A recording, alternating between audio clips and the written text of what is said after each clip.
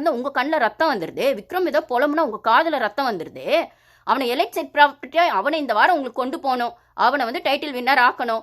அதுவும் குரூப்பிசம்ஸ் யூ பண்ண ஏன்பா 10 பேர் சேர்ந்து 10 வாரமாக ஒரு பொண்ணை அடிக்கிறதுக்கும் ஒரு சில விஷயங்கள்ல எங்களுக்கான மாரல் சப்போர்ட் வேணும், எத்திக்ஸ் சப்போர்ட் வேணும்னு உட்காந்து வினோத் வினோத் வந்து அவர் இவர் யாரும் கேட்கல, கமர்கிட்ட சொல்லிட்டே தான் இருக்கார். அவரோடது எப்பயுமே அவர் எந்த விஷயத்தையுமே ஸ்ட்ராங்காக அட்ரஸ் பண்ண மாட்டார். கமருதீன் விஷயம் மட்டும் இல்லை, ஏன் விக்ரம் விஷயத்தில் மட்டும் அவர் ஸ்ட்ராங்காக அட்ரஸ் பண்ணியிருக்காரா என்ன?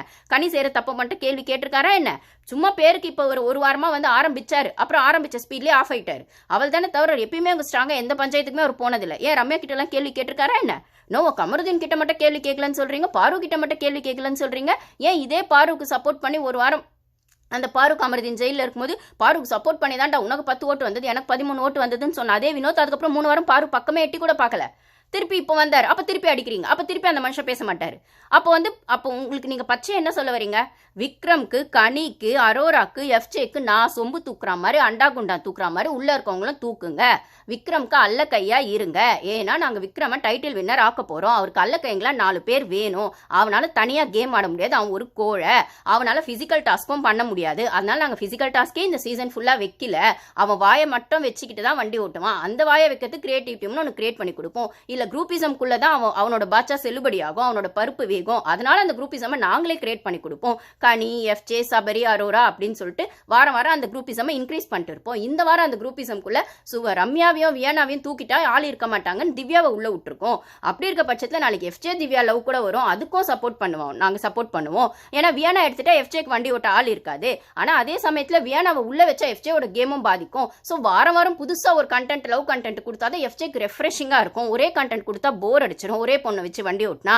அதனால இதெல்லாம் நாங்கள் பண்ணுவோம் அந்த குரூப்பிசம்குள்ள. இதை நீங்கள் யாரும் கேள்விலாம் கேட்கக்கூடாது. அப்படி கேள்வி கேட்டு எக்ஸ்போஸ் பண்ணா ரம்யா வந்து இப்போ வந்து நாங்கள் 3 வாரமா ரம்யாவை உள்ள வச்சிருந்ததே வந்து கனி குரூப்புக்கு சப்போர்ட் பண்ணதா, இல்லை பார்வை எதிர்த்து கேள்வி கேட்கதா, கமருதீனுக்கு எதிர்க்கா ஸ்டெப் எடுக்கதா, சாண்ட்ராக்கு எதிர்க்கா ஸ்டெப் எடுக்கதா. ஆனால் அது ரிவர்ஸ் அடிச்சு ரம்யா வந்து கனி குரூப் பற்றிலாம் வெளில சொல்ல ஆரம்பிச்சிட்டாங்க, சாண்ட்ரா கிட்ட சொல்ல ஆரம்பிச்சிட்டாங்க. சாண்ட்ராவும் திவ்யாவும் சேர்ந்தாதான் பார்வை அடிக்க முடியும். ஆனால் சாண்ட்ராவும் திவ்யாவும் தனித்தனியாக புரிஞ்சா கனி குரூப் அடி வாங்கும். ஏன்னா சாண்ட்ரா கனி அடிக்கிறாங்க, திவ்யா வந்துட்டு தனியாக நிற்கிறாங்க, திவ்யாவுக்கு சப்போர்ட் இல்லை. ஸோ இப்படி தான் நாங்கள் வந்து வீக்கெண்ட் வந்து ஹோஸ்ட் வந்து நாங்கள் வந்து ஷோ வந்து இப்படி தான் கொண்டு போகணும். ஹோஸ்ட்டும் பிபி டீமும் டிசைட் பண்ணி அதுவும் அந்த அரோரா உள்ள வச்சு தான் வந்து விக்ரம வின்னர் ஆக்கணும், அரோரா ரன்னர் ஆக்கணும். எப்படி விக்ரம வின்னர் ஆக்கணும், அரோராவை ரன்னர் ஆக்கணும். அதுக்கு நாங்கள் என்னென்னலாம் செய்ய முடியுமோ அதெல்லாம் செய்வோம்.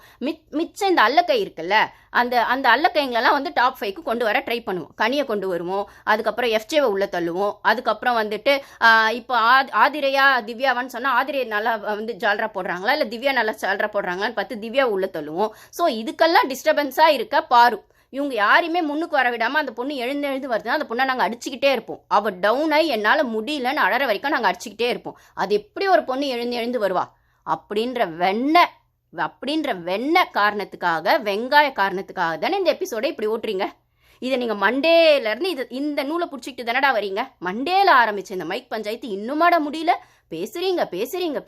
பேசிக்கிட்டே இருக்கீங்க, பண்ணிக்கிட்டே இருக்கீங்க. என்னடா இது?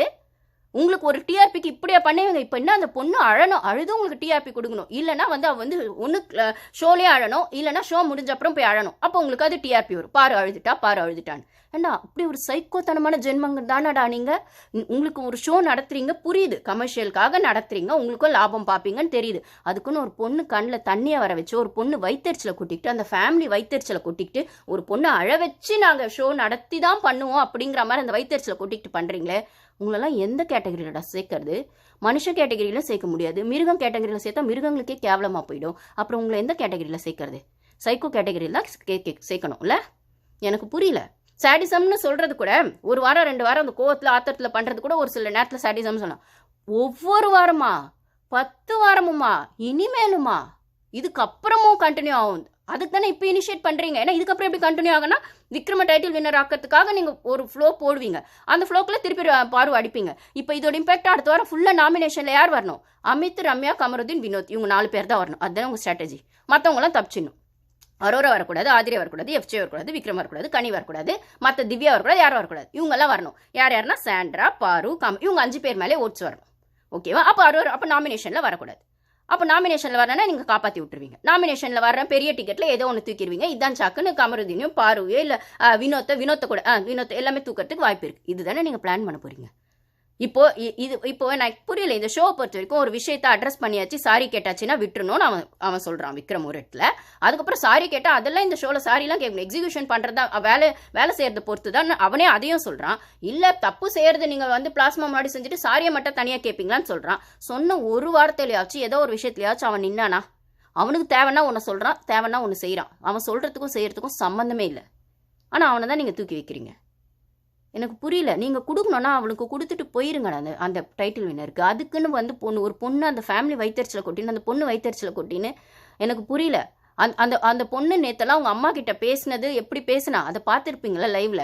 எனக்கு இந்த வீட்டில் ப்ரெஷராக இருக்குது, ஹேண்டில் பண்ண முடியல, ரொம்ப கஷ்டமாக இருக்குது. அந்த ப்ரெஷருக்காக நான் என் மனசு ரிலாக்ஸேஷனுக்காக இந்த வீட்டில் நான் ஒரு பையன்கிட்ட பேசுகிறேன். நான் மனசு விட்டு பேசுறது, அந்த பையன் பேர் கூட சொல்ல, அந்த பையன்கிட்ட பேசுகிறம்மா, எல்லாமே நான் உனக்கு வீட்டில் வந்து விளக்கமாக சொல்கிறேம்மா, நீ என்னை தப்பாக நினைக்காதம்மா, நான் வந்து வீட்டில் வந்து பேசுகிறம்மா, தப்பாக நினைக்காதம்மா, இப்போதைக்கு எனக்கு இருக்க ஒரே ரிலாக்ஸேஷன் அந்த பையன் தானம்மானா அவ்வளோ ப்ரெஷர்.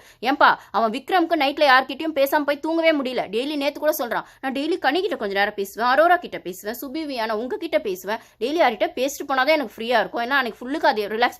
எல்லாருக்குமே அந்த வீட்டில் அப்போ சாஞ்சுக்கு ஒரு தோல் வேணும்ல. அந்த பொண்ணை மட்டும் தனியாகவே தவிக்க விடணும். அவளை வந்து தனியாகவே டார்ச்சர் பண்ணணும். அவளுக்கு யாருமே சப்போர்ட்டுக்கு பக்கத்தில் உட்காரக்கூடாது. அவளை வந்துட்டு அவளுக்கான சும்மா பேச்சுவார்த்தை கூட உட்காரக்கூடாது. அவளுக்கான சப்போர்ட்டை வந்து டைரக்டாவோ இன்டைரக்டாவோ கொடுக்கக்கூடாது. அவளுக்கான சாப்பாடு கொடுக்கறதுல கூட வெஞ்சன்ஸ் காட்டி தான் கொடுக்கணும்னு ஒரு பொண்ணை டார்ச்சர் பண்ணுறீங்களா? என்னடா மனுஷங்க நீங்கள்? நான் கேட்குறேன், பாலும் முட்டை எல்லாம் என்னடா ஆயிட்டானுங்க அவன்? அவனுக்கு வயிற்று வலி வந்துருச்சா, இல்லை ஜுரம் வந்துருச்சா, இல்லை காது வலி தான் வந்துருச்சா, என்ன ஆயிடுச்சு? இன்னும் கேட்டால் இந்த வாரம் வந்து நல்லாவே வந்துச்சு கிராசரிஸ். அவன் அமித் வரும்போது உள்ள பன்னீர் எண்ணெய், வெண்ணெய் எண்ணெய், அதுக்கப்புறம் வந்துட்டு மீன் எண்ணெய், அப்புறம் சீஸ் எண்ணெய் அப்படி வந்துச்சு. புரோட்டீன் முட்டை மட்டும்தான் இல்லை, மற்ற எல்லாம் புரோட்டீன் இருந்துச்சாங்க. பன்னீர் வந்துச்சு, சீஸ் வந்துச்சு, இது மீன் வந்துச்சு, அதெல்லாம் வந்துச்சு. அந்த மீன் கூட இவ சாப்பிட முடியாது. முட்டை பார்த்தா இவளுக்கு தான் முட்டை வந்திருக்கணும் நியாயமா. இவளுக்கு இல்லை ஒரு வாரம் முட்டை. மற்றவனுங்களாம் மீன் நல்லா வக்கனையாக தான் சாப்பிட்டாங்க. அப்போ சீஸ் சாப்பிட்டாங்க, பன்னீர் சாப்பிட்டாங்க. நேற்று கூட குலோப் ஜாமீன் செய்யறான்னு அந்த வியனா குலோப் ஜாமீன் செஞ்சா. அப்போ சீஸ் பரோட்டா போட்டா அவ சாண்ட்ரா. அப்போ அது முட்டைக்கு பதில் மற்ற எல்லாம் இருக்க தான் செஞ்சுது. ஒன்றும் இல்லாமல் காஞ்சிலாம் யாரும் அங்கே போகலை, காஞ்சி கருவாடெல்லாம் யாரும் அங்கே போகலை, யாரும் வந்துட்டு தலைவலி வயிற்று வலிலாம் ஒன்றும் வந்துடல. புரியுதா? எல்லாம் நல்லா தான் சாப்பிட்டாங்க. சாப்பிட்டு இவங்களை குத்தம் சொல்லணுன்றதுக்காக ஒரு காரணம். புரியுதா? அது அந்த பிக் பாஸை கேட்க வேண்டியது தானே. பனிஷ்மெண்ட் இவங்களுக்கு அதே சாமான் தேணும். நீங்கள் சாண்ட்ராக்கோ திவ்யாக்கோ பண்ணும்போது என்ன பண்ணீங்க? அவங்களுக்கு பனிஷ்மெண்ட் கொடுத்தீங்கல்ல, அந்த ஜெயிலுக்கு அவங்க போகும்போது முன்னாடி இதெல்லாம் செய்யணும்னு. அந்த மாதிரி எதையாச்சும் நீங்களே கொடுத்துருக்க வேண்டியது தானே. அதை கொடுக்காம இப்பயுமே நீங்கள் டீமை உசுப்பேத்துறீங்க. என்ன உசுப்பேத்துறீங்க அவன் விக்ரம் கிட்ட? நீங்கள் அப்பா 2 பேரை சேர்ந்து 3 பேர் காணாவினத்தோ சேர்ந்து வந்து நீங்கள் எல்லாம் அவங்க 3 பேரை உங்களை ஆட்டி வைக்கிறாங்க, கம்முன்னு இருக்கீங்க. அப்போ நீங்கள் ஸ்ட்ராங்காக நிற்கல. அப்போ வந்து ஸ்ட்ரைக் பண்ணுங்க, நான் விக்ரம்க்கு ஹிண்ட் கொடுக்குறான். எப்பவுமே ஸ்ட்ரைக்குன்னா சொல்லுவோம், ஆனால் ஸ்ட்ரைக்குன்னு உட்காந்து அப்போ அந்த ஸ்ட்ரைக்கை நீங்கள் வந்து சப்போர்ட் பண்ணுறீங்க. அப்போ விக்ரம் கேம் பிளே